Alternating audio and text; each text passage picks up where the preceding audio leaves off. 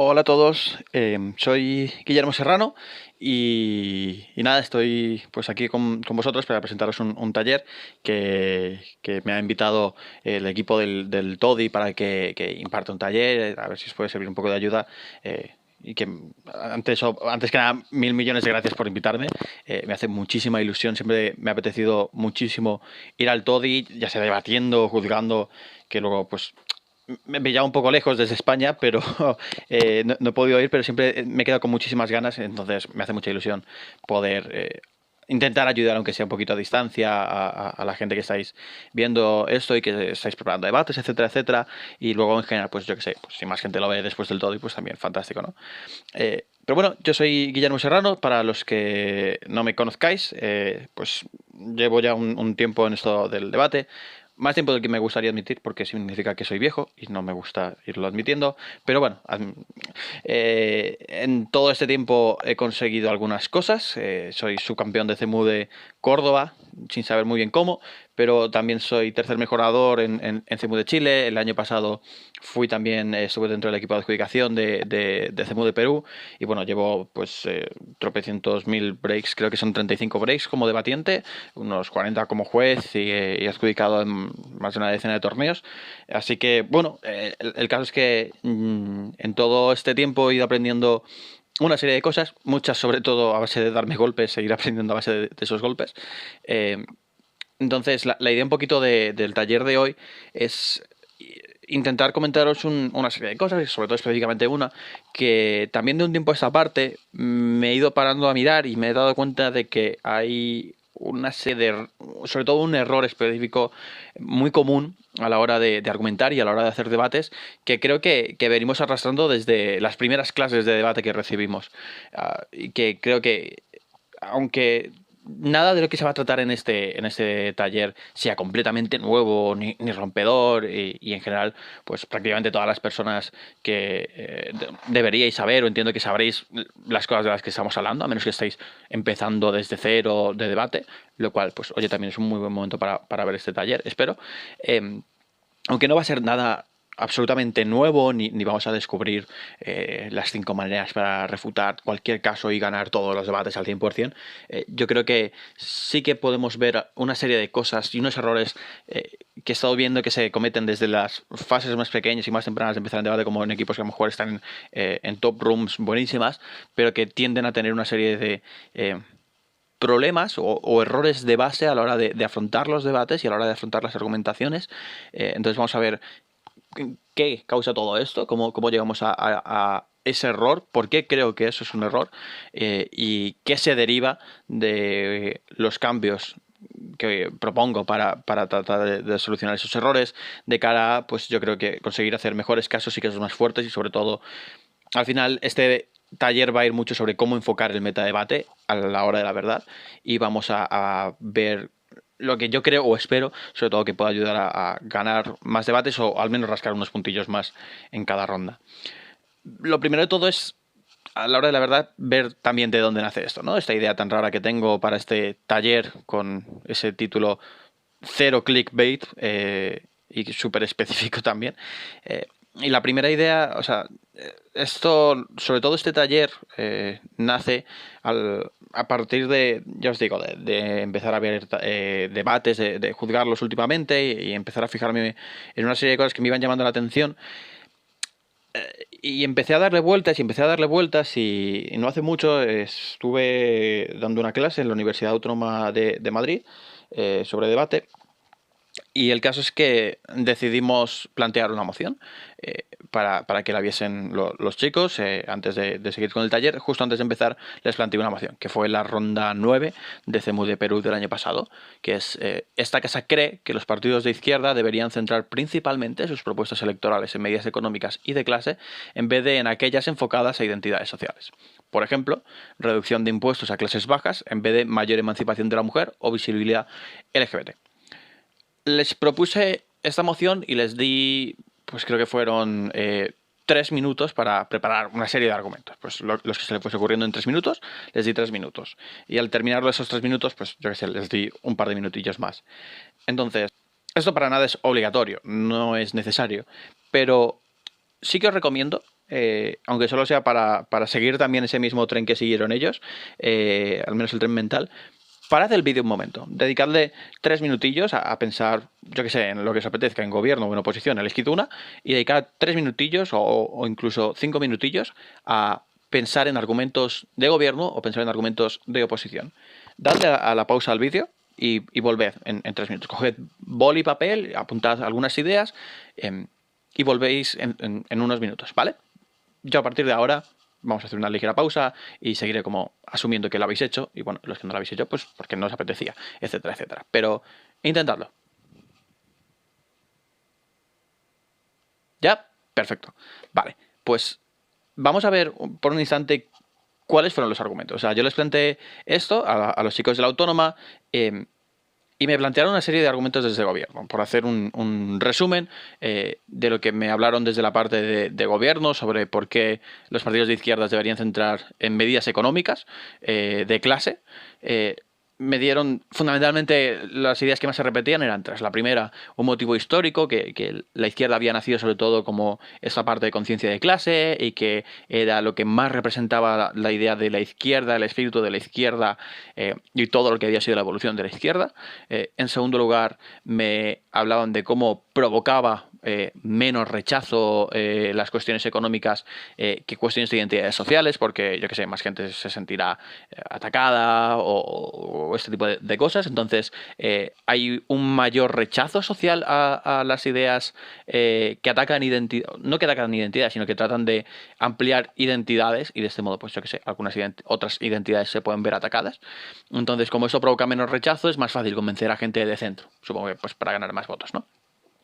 Y en tercer lugar, lo que decían era que en general toda la izquierda está de acuerdo con medidas de clase, pero que en medidas identitarias pues que hay más discrepancias, ¿no? Incluso sobre cuáles deben ser las medidas a afrontar y cuáles son las prioridades, incluso dentro del colectivo LGBT hay división en función de en qué parte del colectivo te puedas encontrar, vas a tener unas prioridades X y unas prioridades Y muchas veces chocan.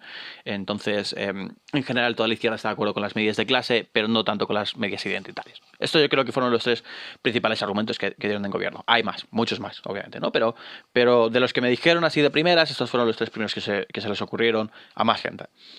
En oposición, nos dieron tres argumentos. El primero, pues también un argumento histórico, como la izquierda, aunque pudiera haber evolucionado, ha nacido estrictamente como conciencia de clase, al final también todo eso era una cuestión identitaria, la clase, y como históricamente también ha ido evolucionando, no en convertirse, no ha ido evolucionando hacia una ideología basada en la economía, sino sobre todo una ideología basada en la identidad de las personas y como lo que realmente responde a la historia de la izquierda es esta cuestión de medidas identitarias, ¿no? En segundo lugar, lo que decían es que a la hora de la verdad, la economía, jiji, jaja, eso está muy bien, puede ayudar a mucha gente, pero sobre todo las cuestiones identitarias lo que tratan de hacer es expandir y crear nuevos derechos para conseguir una sociedad más justa. La economía puede ayudarte a disfrutar más o menos de los derechos existentes, pero esto crea nuevos derechos. Y en tercer lugar, lo que decían es que para ganar votos necesitas medidas extremas y los lobbies en general van a bloquear las medidas económicas más extremas, mientras que a lo mejor pues medidas identitarias, aunque pudieran ser más extremas, no hay tanto lobby con tanta capacidad de presión como para poder bloquearlas, ¿no? Bueno, pues estas eran las tres ideas. ¿Por qué todo esto? ¿A santo de qué viene todo esto para dictar este taller? Estas fueron las tres ideas más extendidas que se dieron entre más gente. Había alguna otra idea. También dentro de CEMUDE me he estado por si acaso revisando algunos debates de esta misma moción, que hay todos los debates se colgaron en internet, están en Facebook, y me los estuve revisando y hay más argumentos, pero también tienden a ser similares, ¿no? ¿Por qué digo todo esto? ¿Por qué empiezo con esto el taller? Por una cuestión muy sencilla. Porque me paro a mirar estos tres argumentos y solo me viene una idea a la mente. Me da igual. Todos estos argumentos. O sea, como Fijaos, ¿no? Es como, oh, la historia de la izquierda es hacia un lado o hacia otro. Vale, ¿y qué? O sea, ¿qué más me da que haya nacido de una cosa o haya nacido de otra? Provoca menos rechazo. Bueno, vale, ¿y qué? O sea, si lo bueno es... ¿qué más me da que convenzas a gente de centro, ¿no? Si estás consiguiendo, por ejemplo, por contra, una sociedad más justa, ¿no? ¿Qué más me da... ¿por qué es relevante? No entiendo por qué es relevante todo este tipo de cuestiones cuando me hablan, mira, son derechos para conseguir una sociedad más justa. ¿Y qué más me da si no puedo disfrutar de esos derechos? Pues porque estoy súper fastidiado, no tengo dinero para absolutamente nada, ¿no? Todos estos argumentos, estrictamente, son extremadamente irrelevantes. No me pueden dar más igual. Yo escucho estos argumentos y además no sé, incluso en el mejor de los escenarios, ambos me los prueban exactamente igual, fantásticos igual, genial, maravilloso, pero no, en torno a qué debo decidir una cosa y debo decidir otra, ¿no? Yo creo que se genera ese problema. Esto no es nada nuevo. Entiendo que, pues yo que sé, algo de debate sí que sabéis y que sabéis que hay... No solo hay que tratar de probar porque algo es cierto, sino también hay que tratar de probar porque algo es relevante, ¿no? Y todos estos argumentos que sacan y que sacaron probablemente eran ciertos, pero en todos ellos faltaba una cuestión de relevancia. Y con esto quiero pasar al siguiente punto, ¿vale? Que poco a poco intentaremos ir hilando todos estos bloques aparentemente independientes de los que vamos a estar hablando. Creo que hay 4 tipos de refutaciones, a grosso modo, ¿vale? Creo que si miramos los argumentos y los choques que podíamos tener antes, pues una historia versus otra historia, el rechazo para el centro, pero el disfrute de los derechos, etcétera, etcétera. Creo que al final necesitaremos refutaciones igualmente como elemento también para determinar si es mejor uno o es mejor otro. Y creo que hay, a grosso modo, creo que hay 4 tipos de refutaciones. La primera refutación es una refutación a la certeza, ¿no? Que es decir, porque un argumento no es cierto. Ejemplo súper estúpido y sencillo, si un argumento parte de la premisa de que el sol sale por el norte, pues lo que refutamos, y todo el argumento depende de eso, pues refutamos el argumento atacando ese punto, ¿no? Y automáticamente es completamente falso que el sol salga por el norte y por lo tanto pues el resto del argumento se cae. Es el argumento que a lo mejor más se ve en la vida real, que es negar algo, incluso en debates bastante habitual, el decir, no llevan razón en su argumentación, pero normalmente la gente algo de razón sí que lleva, ¿no? Entonces, no es una gran refutación en términos de cuánto vas a poder tirar y cuánto te va a poder aportar a tu caso. La siguiente refutación, el siguiente tipo de refutación que creo que existe es refutaciones en torno a la probabilidad. Es decir, cuando exponemos que un argumento puede ser cierto, pero es poco probable. Yo qué sé, pues en esta misma moción, incluso si hablamos la de la izquierda, sale gobierno y dice que hay que potenciar las medidas económicas y de clase, porque si no hacemos esto, va a haber una conspiración alien durante toda la galaxia y van a venir un montón de ovnis y van a asesinar a la humanidad entera, ¿no?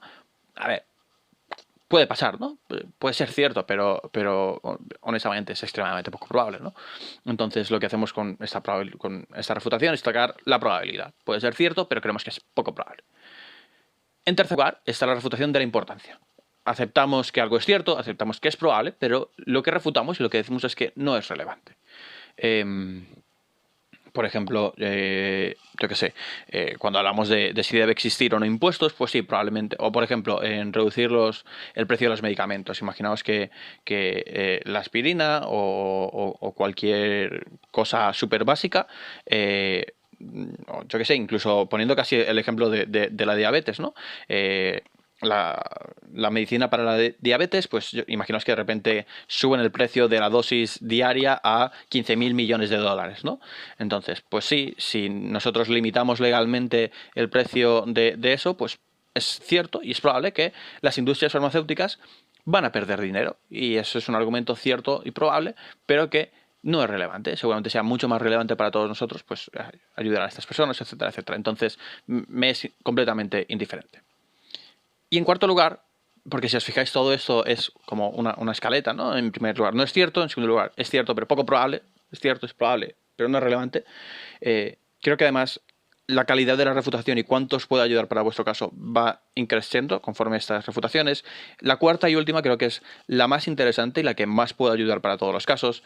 Es la de la importancia relativa. Es decir, que algo es cierto, que algo es probable, que algo es importante, pero que es menos importante que lo mío. Probablemente si subimos los impuestos a la gente con más dinero, sea injusto para esta gente. Es cierto, además, que se van a ver perjudicados comparativamente con respecto a otra gente.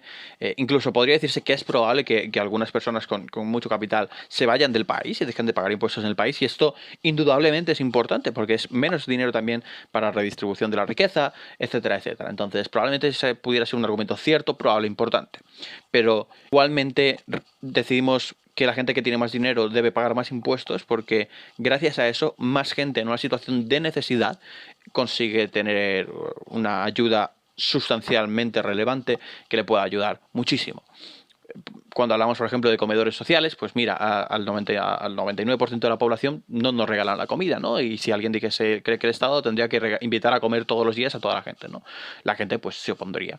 Sin embargo, a gente que está en una situación de extrema necesidad, no nos parece mal esto y aceptamos que haya comedores sociales con los cuales, con los impuestos de todos nosotros, literalmente se paga la comida y se invita a comer todos los días a gente. Creemos que es probable que, es cierto que no es, por así decir, justo para nosotros en ese aspecto. Es probable que esto sea cierto. Incluso es importante que mi dinero, son mis impuestos, deberían revertirse en mí también, ¿no? Para algo también estoy pagando. Pero definitivamente ese daño que se me causa a mí es sustancialmente menos importante que lo otro. Probablemente yo creo que este es el tipo de refutación que más ayuda. No solo porque, mientras que las otras tres son eminentemente destructivas, el por qué su argumento no es bueno por X razones, este cuarto y último tipo de refutación, sobre todo, también lo que hace es, al final, es construcción sobre tu propia argumentación. Lo que te hace ver es, no solo porque el otro equipo no lleva razón en su argumento, lo que eso no significa que tú sí la lleves, solo que él no. Cuando refutamos de ese modo, lo que decimos es que tú sí llevas razón o definitivamente más razón que el otro equipo. Entonces no solo te ayuda a la hora de atacar, sino también a la hora de construir tu propia argumentación. Y al final, la forma en la que valoramos ese menos importante o más importante de uno y otro no deja de ser una cuestión extremadamente sencilla, que son al final las métricas, ¿no? Entiendo que todo el mundo aquí sabemos lo que es una métrica, sabemos cómo funcionan. Pues si acaso hay alguien que no, yo que sé, por así definir, la métrica vendría a ser como la línea imaginaria que trazamos a partir de la cual determinamos quién gana y quién no. Es donde está, yo que sé, como en el juego de la bandera, ¿no? De tomar la bandera. Pues la bandera que tenemos que coger y quien se quede con la bandera gana. ¿Dónde está el punto más importante del debate? El punto en el cual se va a dirimir todo y quien gane ese punto es el que va a ganar. Yo creo que al final hay tres grandes tipos de métricas, ¿no? No significa que no haya más. Al final en cada debate hay tropecientas métricas, pero yo creo que a grandes rasgos se pueden como acumular y formar tres grandes bloques de métricas que hay. El primero de ellos sería dónde está el problema más probable, es decir, por ejemplo, mi argumento es más relevante en este debate que el tuyo porque es más probable que lo mío suceda. Pues sí, seguramente sea importante que los ovnis no traten de asesinar a toda la población y a toda la humanidad. Eso definitivamente es un impacto enorme porque moriríamos todos y nadie quiere morir. Seguramente sea el impacto más grande del debate, pero creo que es extremadamente poco probable. Por contra, pues lo que yo te digo creo que es muchísimo más probable y por eso creo que debe ser mucho más relevante y tiene que tener muchísimo más peso a la hora de tomar la decisión el juez. Y por eso creo que este argumento es el ganador de ese debate, porque creo que es lo más probable que va a suceder en el mundo. En segundo lugar sería dónde está el problema más numeroso, que por volver, por ejemplo, yo que sé, incluso al ejemplo de los comedores sociales, ¿no? Sí, seguramente haya gente que pues de esta forma le ayudemos, etcétera, etcétera, pero es un número muy pequeño. Seguramente con esto lo que sucede es que la mayoría de la gente estamos pagando impuestos y no estamos obteniendo absolutamente nada a cambio, y esto es injusto para la mayoría de la gente. Como en mi bando tengo a la mayoría de la gente, pues por eso es más relevante. Ejemplo también súper mítico y súper clásico. En tu mundo salvas a 10 personas o salvas a 50 personas, en nuestro mundo salvamos a 10.000 o a 50.000 personas. Como salvamos a más gente, pues es más relevante en nuestro caso, es más relevante en nuestra argumentación y por eso debemos ganar. Y en tercer lugar, por contra, casualmente y justo al contrario, donde está el problema como más peligroso o donde hay una mayor situación de peligro, una mayor necesidad de ayudar, pues justamente lo contrario, ¿no? Pues me da igual que a lo mejor sea injusto para 50.000 personas, estas 3 personas necesitan comer, si no se van a morir, están en una situación extremadamente complicada, círculo de pobreza, etcétera, etcétera, etcétera. Y precisamente por eso es más importante ayudarles, aunque es de que tú, pues sí, pues más gente se va a ver injustamente tratada, por así decir, pero el perjuicio que les causas pues es extremadamente pequeño y la situación de necesidad en la que se van era extremadamente pequeño. Aquí el beneficio que haces es extremadamente grande y la situación de peligro, de necesidad es extremadamente grande, por eso es más relevante. Yo creo que estos tres al final son las tres grandes métricas, ¿no? Y yo creo que es en torno a las cuales también montamos las refutaciones. Yo creo que cuando hablamos de la importancia relativa y por qué algo es menos importante que lo mío, normalmente se va a deber a un choque dentro de estas tres métricas, sobre todo. Podemos pensar en ejemplos de métricas concretas, el que queráis. Es muy, muy probable que esté en uno de estos tres grandes grupos. No quiere decir que no haya más o que no pueda meterse un cajón desastre más, pero en la inmensa mayoría de las ocasiones, creo, me puedo equivocar, obviamente, pero creo que se podría encajonar en cualquiera de estos tres grandes grupos. Con lo cual, ¿qué es lo que tenemos hasta ahora? ¿Vale? Pues sí, hemos estado hablando de argumentos varios, hemos estado comentando cómo hacer refutaciones, cómo poner las métricas, lo dicho, nada nuevo, ¿no? Hasta aquí todo esto ya lo sabíamos. Guille, ¿cuál es el punto? Solo quiero comentar una única cosa más.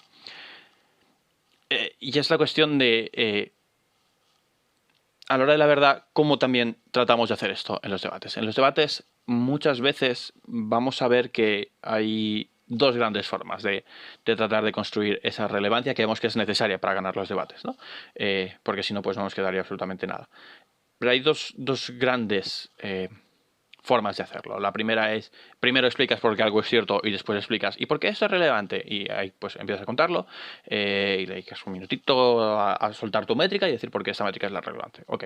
Y luego pues está la otra escuela o la otra forma de hacerlo, que es intercambias el orden, por así decir, y te pones a hablar de la cuestión del framing y contextualizas.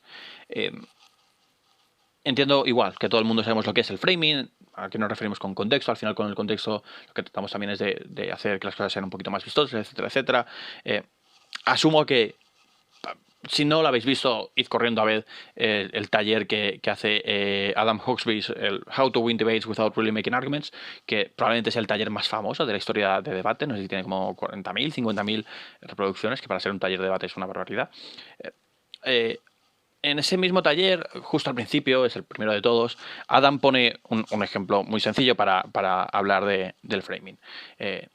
Y es en torno a la moción, esa casa prefiere las naranjas antes que las manzanas, ¿no? Mítica moción de final del TODI. Obviamente no era como ejemplo. Asumamos, por ejemplo, que es esta moción. Y te toca lo de las naranjas, ¿no? Vamos a recrear un poco lo que dice Adam. Pues alguien que estuviese defendiendo las naranjas, pues mira, pues porque son muy guays, se pueden llevar, están muy ricas, además el zumo de naranja en esto no hay debate alguno, ¿no? El zumo de naranja es indudablemente superior al zumo de manzana. También molan, ¿no? Cuando te las comes y te estallan en la boca el zumo, pues todo ese tipo de cosas, ¿no? Tienen más fibra, no sé. Por contra, las manzanas, pues se dan más durante todo el año, hay más variedad también de manzanas, las manzanas de feria están súper ricas, las manzanas osadas también están increíblemente ricas, entonces pues también supongo que tendrá sus propiedades, etcétera, etcétera. Sale en Blancanieves, lo cual también es un punto a su favor. Cada uno tiene sus cosas, ¿no? La cuestión es que aquí, pues, como dice Adam, ¿no? Tendríamos el mismo problema que veíamos, de hecho, al principio de ese mismo taller. Como tengo argumentos que, ok, pues uno será mejor, otro será peor. Habrá que ver pues quién lo comenta un poquito mejor, quién lo comenta un poquito peor, quién lo refuta un poquito mejor, un poquito peor. Y aquí lo que dice Adam es, joder, aprovecha el framing para justo enmarcarte en la parte de la realidad que quieres que se vea más claramente, ¿no? Y el ejemplo que pone Adam, más o menos, vamos a intentar adaptarlo a los tiempos modernos, vendría a ser algo así, ¿vale? Tú sales, empiezas el debate y sales y dices, mira, a día de hoy nadie puede dudar de... Podemos dudar de cómo de mortal y horrible es, pero nadie puede dudar que el coronavirus es un problema claro para la sociedad actual. ¿Qué ocurriría si existiese un virus o una enfermedad peor que el coronavirus en términos de contagio, peor que el coronavirus en términos de ratio de muertes causadas, que no solo eso, sino que además está presente en los 5 continentes, está presente además de manera habitual, no solo eso, sino que además en esos 5 continentes desarrolla sus propias cepas y sus propias mutaciones, y que además el ser humano ha sido incapaz de encontrar una cura a esa enfermedad literalmente durante siglos, en la que además cada año la propia cura que podemos intentar llegar a desarrollar y la propia vacuna que de hecho se desarrolla, pero cada año esta enfermedad muta y ya no sirven las vacunas y cada año tenemos que volver a empezar desde cero y somos incapaces de erradicarla por completo. Esta enfermedad es la gripe y durante cada invierno miles o decenas de miles o incluso millones de personas mueren por gripe. ¿Qué os diría si no solo existe, no solo el ser humano es incapaz de encontrar una cura a eso, sino que existe un remedio natural para la gripe y se llama vitamina C? Las naranjas están abismalmente llenas de vitamina C y tienen el potencial para salvar millones de vidas cada año. Como decía eso, ¿no? Más o menos. Y dices, wow, vale, qué increíble, ¿no? Pues ya lo tienes ganado, ¿no? ¿Qué vas a hacer las manzanas contra eso? Increíble, wow, fantástico. Es un ejemplo muy ad hoc, obviamente, pero con eso lo que te hace ver es porque es extremadamente relevante la cuestión de las naranjas, ¿no? Y luego pues tú vas y ya sacas ese argumento de pues lo que sea, ¿no? De las naranjas que tienen vitamina C y todo este tipo de cosas. A lo que yo voy es que hay un problema fundamental ante todo esto. Si os acordáis, hay 2 cuestiones en la argumentación, ¿no? El por qué algo es cierto y el por qué algo es relevante. Y normalmente tratamos de afrontarlo como mi argumento es, yo qué sé, la historia de la izquierda me hace ver que tenemos que seguir esto, ¿no? Pues porque empezamos así o por todo lo que estamos hablando antes. El problema fundamental es que partimos de un error de concepción, probablemente que viene desde las primeras clases que damos de debate, que se nos enseña de una determinada forma y después no llegamos a cambiar el chip. Creo que llevamos toda la vida argumentando mal porque enfocamos muy mal la argumentación en sí. Porque cuando tratamos de pensar en qué es lo que tenemos que probar como cierto, pensamos en nuestro argumento, ¿no? En la parte esa de la historia. Cuando tenemos que probar qué es lo relevante o por qué es relevante, pues pensamos en la cuestión del contexto. Y ahí es donde está el fallo. Creo que a la hora de la verdad, lo que consideramos como lo cierto es el contexto. Y lo que es relevante sería el argumento en sí. ¿A qué me refiero con esto?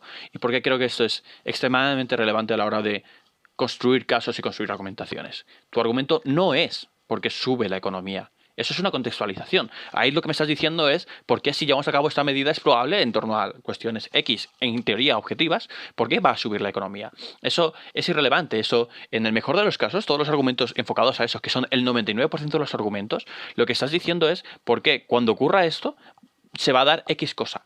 Y notad algo, eso, si ese argumento es cierto, ese argumento a la hora de la verdad, pues no es relevante en sí. Me da igual que suba o no suba la economía. En muchas cuestiones, incluso muchas veces ni siquiera eso va a llegar a ser comparativo realmente en muchos argumentos, ¿no?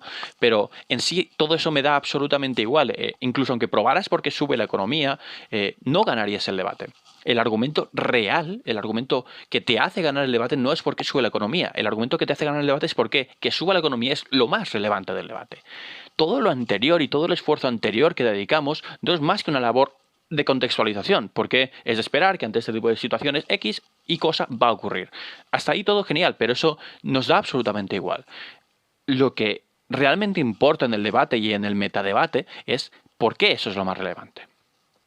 ¿Por qué creo que esto es tan importante? Porque creo que afecta fundamentalmente a cómo entendemos los tiempos de preparación y cómo entendemos también los tiempos de exposición. Porque en los tiempos de preparación dedicamos una cantidad abismal de tiempo a pensar argumentos distintos, ¿no? Y cuáles son los mecanismos por los cuales estos argumentos son ciertos, etcétera, etcétera, etcétera, etcétera. Pero dedicamos, en términos de ratio de tiempo... tiempo partido de resultado, creo que es una barbaridad cuando nos centramos tantísimo en lo que a la hora de la verdad es el contexto del argumento. Creo que a nivel estratégico es infinitamente mejor si en lo que nos centramos es en desarrollar el argumento de por qué X cosa es más importante que el resto de X cosas.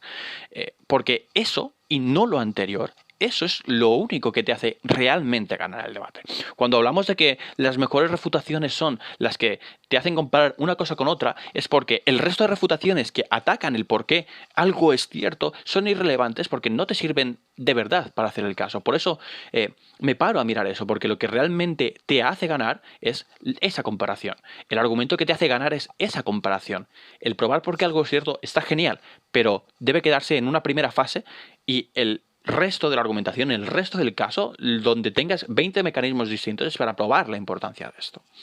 Porque al final eso es lo que va a determinar quién gana y quién pierde, quién prueba mejor esa métrica. Quien sea capaz de llevarse ese punto, donde esté ese campo de juego, es donde vas a ganar realmente el debate. Y mientras nos enfoquemos en lo anterior, estamos perdiendo el tiempo y normalmente no tenemos mucho tiempo en debate. Entonces, creo que es un error estratégico súper habitual enfocarse en ese tipo de cosas. Por eso también quería que empezarais este taller idealmente también haciendo argumentos, ¿no?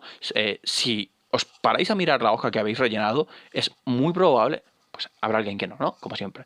Y genial por él y fantástico. Pero muy probablemente muchísimos de vosotros lo que habéis anotado no son argumentos de por qué esto es cierto. Lo que habéis anotado son argumentos de por qué este contexto, o sea, no habéis anotado argumentos de por qué esto es relevante, habéis anotado argumentos de por qué este contexto que te voy a contar es cierto, pero la parte argumental que te hace ganar debates no es eso que tenéis anotado en vuestra hoja y que lleva ahí escrito un rato. La parte argumental que os hace ganar es la otra que normalmente os habréis dejado por apuntar o que en el mejor de los casos habréis puesto impacto 2 puntos y habréis rellenado pues una línea al lado, pero que habéis dejado como segunda parte. Y eso es lo que quería y de lo que quería hablar, que esa segunda parte es la que debe ser prioritaria en todo esto. ¿Qué se deriva de esto en caso de que yo lleve razón?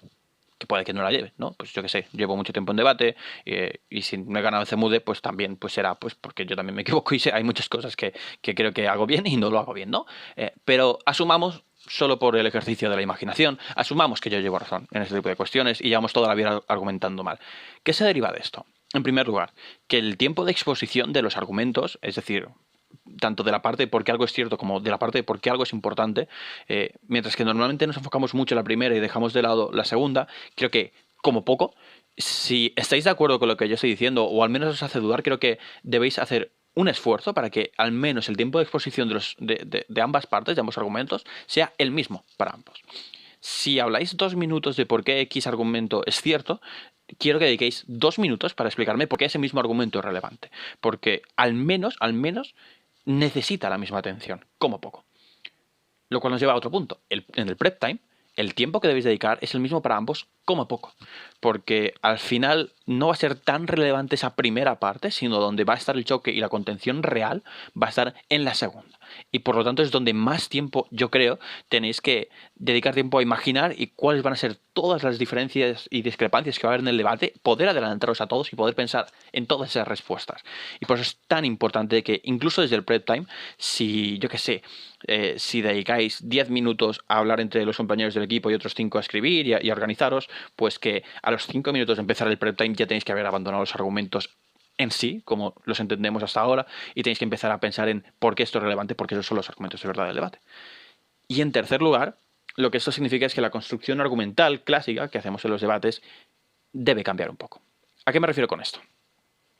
A que cuando construimos argumentos, normalmente, a la hora de la verdad, creo que si hacemos esto y si cambiamos esto, cuando construyamos argumentos vamos a tener menos tiempo para exponer el contexto, para demostrar la parte de verdad que decimos. Las explicaciones al final que son súper profundas y dan 20.000 razones y explicas 20.000 millones de contextos y cómo funciona X idiosincrasia para que te lleva a tal y porque en el Cuerno de África hay X problemas que hacen que tal. Eso es fantástico y es genial, ¿no? Y te da una profundidad fantástica y maravillosa que es de verdad una delicia de escuchar. El problema es que el ratio de tiempo-resultado es desfavorable, es bastante malo, porque al final pues tampoco nos va a servir de tanto la explicación de cómo funciona el Cuerno de África y en el fondo normalmente no va a ser tan relevante el conocer esa idiosincrasia concreta de la piratería, ¿no? Sobre todo, lo que eso significa es que cuando expliquemos el contexto, cuando expliquemos la verdad, creo que es extremadamente mejor si nos enfocamos en dar varias razones independientes entre sí por las que decimos que ese punto es cierto y que estas razones sean fácilmente asumibles.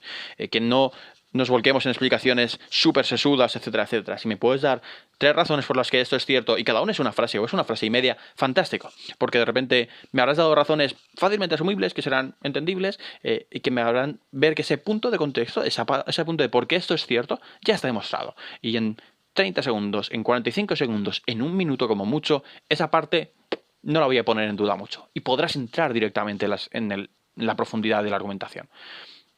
Y nos vamos a ir al ejemplo más clásico y más conocido de toda la historia de debate. Y es pues nuestro viejo amigo y conocido Bosseo. Si nos vamos al mítico discurso Global Poor, etcétera, etcétera, Walls 2016, si os fijáis en su argumentación, y esto lo hace extremadamente bien, lo que hace en su argumentación, en el primer punto de la argumentación, se pone a hablar de por qué la propiedad privada es súper mala, etcétera, etcétera. Pero no te da una explicación sesuda, no te da cómo nace exactamente, cuál es la idiosincrasia de las multinacionales que tratan de tal. No. Te hace una enumeración súper rapidita, con varios motivos súper asumibles, sin entrar a explicar de cada uno de ellos, porque precisamente tantos motivos pequeñitos y asumibles hacen que el punto entero sea fácilmente entendible y asumible. Tal cual, este es su discurso. En plan, traducido al español, pero lo que dice es, mira, la propiedad privada constituye un asalto fundamental a la dignidad humana en 3 aspectos clave. El primero, A, se encuentra y se adquiere injustamente. En la gran mayoría de los casos, la razón por la que los países son ricos es a través de procesos como 1, el colonialismo, 2, la esclavitud y 3, el patriarcado. B, constituye un saqueo cuando se niega a dar cualquier 1, representación o 2, recursos a quién o de quién tomó el dinero. Y C, la creación de impuestos de propiedad intelectual son muy restrictivos, lo que significa que los individuos no tienen acceso adecuado a elementos como 1, medicación o 2, tecnología. Ninguno de los puntos que da, literalmente, bueno, el primero, creo, porque la primera es muy pequeña, ¿no? Pero básicamente ninguno de los puntos que da le dedica más de una frase. Porque no lo necesita. Te da una frase y 3 razones, 3 mini puntitos por los cuales cree que es cierto. Y es en una frase, 3 frases para probar su argumento. En nada de tiempo, en 30, 40 segundos, puedes probar este punto. El por qué la propiedad privada constituye un asalto fundamental a la dignidad humana. Pues ya me has dado 3 razones, cada una con sus mini puntitos. De esta forma hemos conseguido un ratio de tiempo-resultado extremadamente mejor. No nos hace falta tanto profundizar en la verdad y tenemos un montón de tiempo para centrarnos en lo que realmente nos importa, que es la relevancia. En segundo lugar, se deriva otra cosa, y es que si os paráis a pensar, en el fondo, las métricas no dejan de ser trolley problems, ¿no? Sobre, pues, qué palanca preferimos accionar, o preferimos no accionar palanca, que muera 1, que mueran 5, que muera un niño o que mueran 12 adultos, etcétera, etcétera. Son trolley problems las métricas. ¿Cuál preferimos? ¿Qué significa esto? Que cuando expongas tu argumento, el de verdad, el de por qué importa, probablemente vas a necesitar usar muchos principios.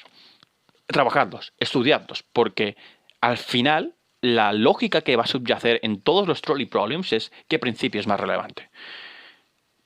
Entonces, no los dejéis de lado y al contrario, haced un esfuerzo muy, muy grande en ser capaces de hacer los mejores argumentos de principios que se os ocurran, porque ahí va a estar y va a radicar en el fondo la clave del debate. Lo cual, un subpunto sobre esto, por favor, ejemplificad. Cuando hagáis argumentos de principios, el error más habitual y más clásico es hacerlo súper etéreo, súper vaporoso y ¿por qué nace este derecho tal? Bajadlo a la tierra, ejemplificadlo, que se entienda, ¿vale? Se pueden construir argumentos de principios y que la gente y el común de los mortales los entendamos, ¿vale? Entonces, por favor, os va a ayudar un montón también a que vuestra argumentación gane calidad y que sea mucho más fácilmente comprable. También hay una cuestión que se deriva de esto, ¿no? A la hora de la construcción de los argumentos y sabiendo que las métricas son tan relevantes por eso mismo y que es la única clave del debate. La cuestión es que hay un número reducido de choques de métricas. Yo qué sé, libertad versus seguridad, que es preferible ayudar a unos pocos que son más relevantes o a muchos que son menos relevantes, ¿no? Por ejemplo, lo que hablábamos antes. Lo que eso significa es que, teniendo en cuenta que son súper pocos los choques de métricas reales en debate, puedes llevarlos preparados de casa. Muchas argumentaciones, libertad versus seguridad, el por qué una es mejor que la otra y viceversa, todo eso lo puedes llevar preparado desde casa y sabiéndote ya la argumentación, igual que la gente se prepara case files de cualquier cosa que os imaginéis. Copiar y pegar todos los debates, etcétera, etcétera. Y es el caso para, yo que sé, el mítico caso de pues, la pastilla que si te la tomas tiene menos sentimientos. Pues ya está.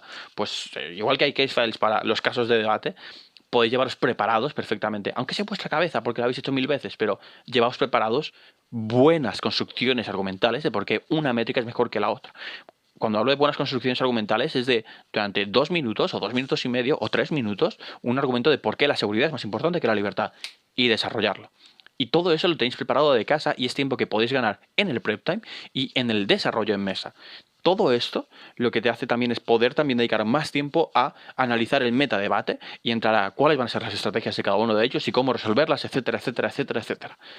Con todo esto ganáis una barbaridad de tiempo y os adelantáis estratégicamente un montón al resto de equipos. Y por último, porque puede surgir la duda, ¿no?